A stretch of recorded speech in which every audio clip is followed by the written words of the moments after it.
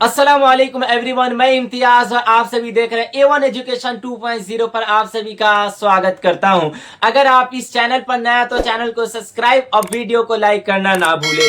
Bank से पैसा निकालने वाले सावधान, ज्यादा लेन देन किया तो ईडी पैसा जब्त करेगी। यानी आज की इस वीडियो में हम जानेंगे क्या आप सभी अगर अपने बैंक से ज्यादा लेन देन करते हैं तो क्या आपके ईडी यानी आपके घर पे ईडी छापा मारेगी। तो आज की इस वीडियो में मैं आपको सारी जानकारी देने वाला हूं। मार्च 2026 से बैंकिंग और इनकम टैक्स के नए नियम, यानी आप सभी को पता है आरबीआई की तरफ से नोटिस को जारी किया गया है। अगर आप बैंक से ज्यादा लेन देन करते हैं तो हो सके आपके ईडी घर पे छापा मारेगी। तो हम सारी जानकारी आपको देंगे। यहाँ पे बैंकिंग सिस्टम में बड़ा बदलाव, मार्च 2026 से बैंकिंग नियम में बड़े बदलाव लागू हुए हैं। अब बैंक सिर्फ पैसे रखने की जगह नहीं रही बल्कि सरकार और इनकम टैक्स विभाग के लिए यहाँ पे निगरानी केंद्र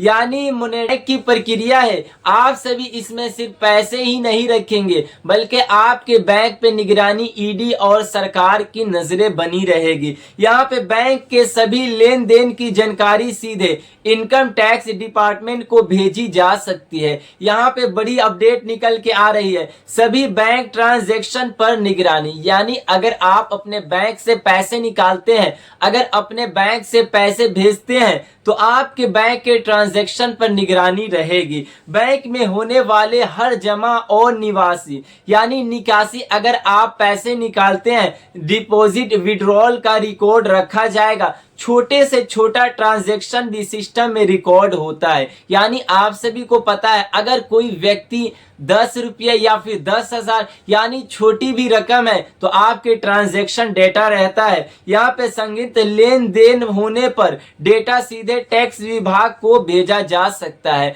यानी अगर आप ज्यादा लेन देन करते हैं तो आपका डेटा इनकम टैक्स डिपार्टमेंट के पास भेजी जाएगी। यहाँ पे बताया गया कि ITR भरना जरूरी, यानी अब इनकम टैक्स रिटर्न यानी ITR भरना बहुत महत्वपूर्ण हो गया है। अगर किसी व्यक्ति के बैंक खाते में साल में 1 लाख या उससे अधिक कैश जमा निकासी होता है और यहाँ पे उनके ITR फाइल नहीं किया, यानी अगर आप अपने बैंक से साल का 1 लाख से लेन देन से ज्यादा करते हैं और अपने बैंक से पैसे निकालते हैं और आप ITR फाइल नहीं किया है तो बैंक या जानकारी टैक्स विभाग को भेज सकता है। तो आपके सीधे बैंक से आपके इनकम टैक्स डिपार्टमेंट को भेजी जाएगी। इसके बाद नोटिस या यहाँ पे पेनल्टी लग सकती है, यानी आप सभी को चार्ज देना होगा। यहाँ पे हम बात करेंगे चौथे नियम में ITR भरने वालों के लिए नियम, यानी इसमें नियम में क्या बदलाव हुई है। यहाँ ITR फाइल करने वाले लोगों के सभी बैंक ट्रांजैक्शन उनकी घोषित आय से मिलाए जाते हैं। यानी अगर आप ITR फाइल किए हैं तो अगर आपके बैंक से ITR फाइल किए गए हैं तो ट्रांजैक्शन उनकी घोषित आय से मिलाए जाएंगे। आपके मिलान यानी आप कितने पैसे निकाले हैं और आपके बैंक में कितना पैसा जमा है। अगर ट्रांजैक्शन आय से ज्यादा दिखे तो जांच हो सकती है, यानी अगर आपके ट्रांजैक्शन से ज्यादा बैंक में पैसे दिखती है तो आप पे EDI की जांच पड़ सकती है। साल में 1 करोड़ तक कैश निकासी पर यहाँ पे TDC टैक्स डिकोटेड एट स्कोर लग सकता है। यानी अगर आप 1 करोड़ से अधिक बैंक से अपना यहाँ कैश निकालते हैं तो आपको TDS लग सकता है। सेविंग अकाउंट और करेंट अकाउंट का फर्क हम बात करेंगे। सेविंग अकाउंट और करेंट अकाउंट में क्या फर्क है। सेविंग अकाउंट केवल व्यक्तिगत खर्च और बचत के लिए होता है, यानी जो सेविंग अकाउंट है वो आपके बचत और सिर्फ खर्च के लिए है। इसमें ज्यादा बिजनेस ट्रांजैक्शन करना गलत माना जाता है। यानी अगर आपके बैंक सेविंग वाला है तो आप इसमें ज्यादा से ज्यादा लेन देन नहीं कर सकते हैं। अब हम बात करने वाले हैं करेंट अकाउंट के बारे में।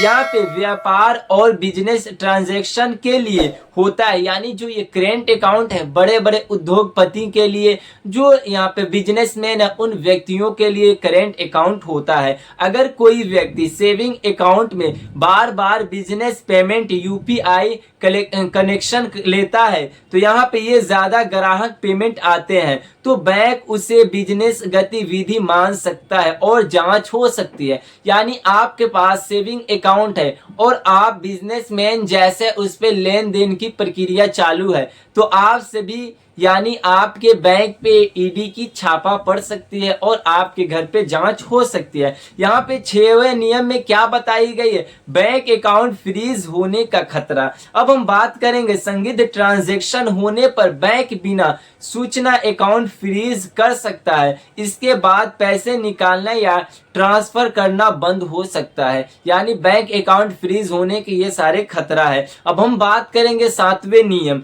यहाँ एफडी यानी प्रॉपर्टी और महंगी खरीद पर निगरानी। यानी अगर कोई व्यक्ति जैसे कि कुछ महंगी प्रॉपर्टी खरीदते हैं, जैसे कि अगर आप कार खरीदते हैं या फिर बाइक खरीदते हैं और आप जैसे कि कैश निकालते हैं और आपके बैंक से उतनी डिपॉजिट नहीं हुई है या फिर ट्रांजैक्शन नहीं हुई तो आप पे यानी फिक्स डिपॉजिट अगर कैश से किया गया और आय से मेल नहीं खाता तो पूछताछ हो सकती है। यहाँ पे प्रॉपर्टी खरीद में ज्यादा कैश यानी टोकन मनी यहाँ पे देने पर 100% तक यहाँ पेनल्टी लग सकती है। महंगी चीजें जैसे कि कार, सोना, जमीन यहाँ पे की कैश खरीदी की जानकारी सरकार को भेजी जाती है। यानी अगर आप महंगे महंगे लोन से लेते हैं या फिर आप कैश से ये सारी महंगी चीजें खरीदते हैं तो ये सारी जो जानकारी है सरकार को भेजी जाती है। यहाँ पे हम 8वें नियम में देखेंगे क्या बड़ी बदलाव हुई है,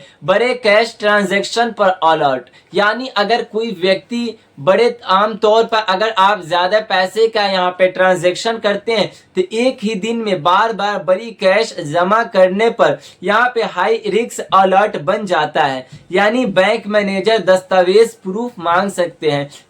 यानी अगर कोई व्यक्ति बैंक में बार बार पैसे जमा करते हैं या फिर पैसे निकालते हैं तो यहाँ पे बैंक मैनेजर दस्तावेज प्रूफ आपसे मांग सकते हैं। गलत जानकारी देने पर मामला टैक्स विभाग या ईडी जांच तक किया जा सकता है। यानी अगर आप फर्जी तरीके से या फिर आपसे प्रूफ मांगा जाए, बैंक मैनेजर वाले प्रूफ मांगेंगे, अगर आप पैसे का प्रूफ नहीं देते हैं तो आप पे ईडी यानी टैक्स विभाग की जांच पड़ सकती है। यहाँ पे 9वें नियम में क्या बदलाव, सरकार का उद्देश्य। इन नियमों का उद्देश्य जैसे कि काले धन पर रोक लगाना, यहाँ पे फाइनेंशियल और ट्रांसपोर्टी बढ़ाना, टैक्स चोरी रोकना, ईमानदारी टैक्स देने वालों को चिंता करने की जरूरत नहीं है। यानी अगर आप टैक्स देते हैं और आप अगर इन नियमों का पालन करते हैं तो आपको डरने की जरूरत नहीं है। 10वें नियम में कौन सी बड़ी बदलाव हुई, हमें किन किन बातों का समाधान यानी हमें किन बातों का ध्यान रखना है।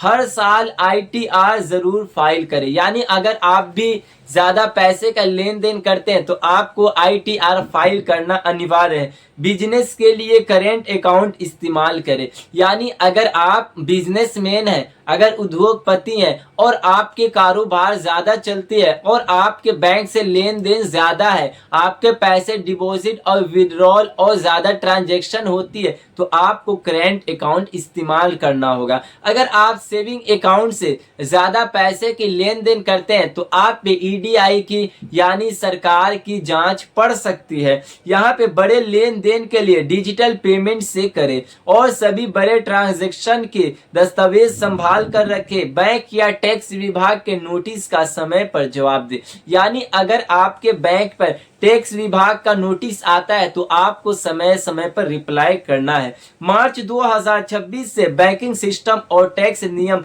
पहले से ज्यादा सख्त हो गए हैं। अब यहाँ पे लगभग हर बड़ा वित्तीय लेन देन सरकार की निगरानी में है, इसलिए सभी यानी सही तरीके से बैंकिंग करना यानी आईटीआर फाइल करना और कैश ट्रांजैक्शन कम रखना बहुत जरूरी है। यानी अगर कोई व्यक्ति बैंक से ज्यादा ट्रांजैक्शन करते हैं, अपने बैंक में ज्यादा पैसे जमा करते हैं तो बैंक मैनेजर आपसे प्रूफ मांगेंगे। अगर आप प्रूफ नहीं देते हैं, अगर आप प्रूफ नहीं देंगे तो आपके ईडीआई की छापा पड़ सकती है। तो आपके पास अगर ज्यादा पैसे हैं तो आपको करेंट अकाउंट रखना है। अगर आप कम अपने बजट के लिए आपके पास कम पैसे हैं तो आपको सेविंग अकाउंट का इस्तेमाल करना है। अगर आप सेविंग अकाउंट अकाउंट रखते हैं और उसी सेविंग अकाउंट में ज्यादा लेन देन करते हैं या फिर पैसे ज्यादा जमा करते हैं तो आप सभी को ईडीआई की छापा पड़ सकते हैं और इनकम टैक्स की तरफ से आप पे जांच पड़ सकती है। तो आपको इन नियमों का पालन करना है क्योंकि मार्च 2026 में सख्त नियम को लागू कर दिया गया है। तो ये थी आज की काफी महत्वपूर्ण वीडियो। अगर कोई डाउट रह जाए तो जरूर कमेंट करके बताएं। धन्यवाद।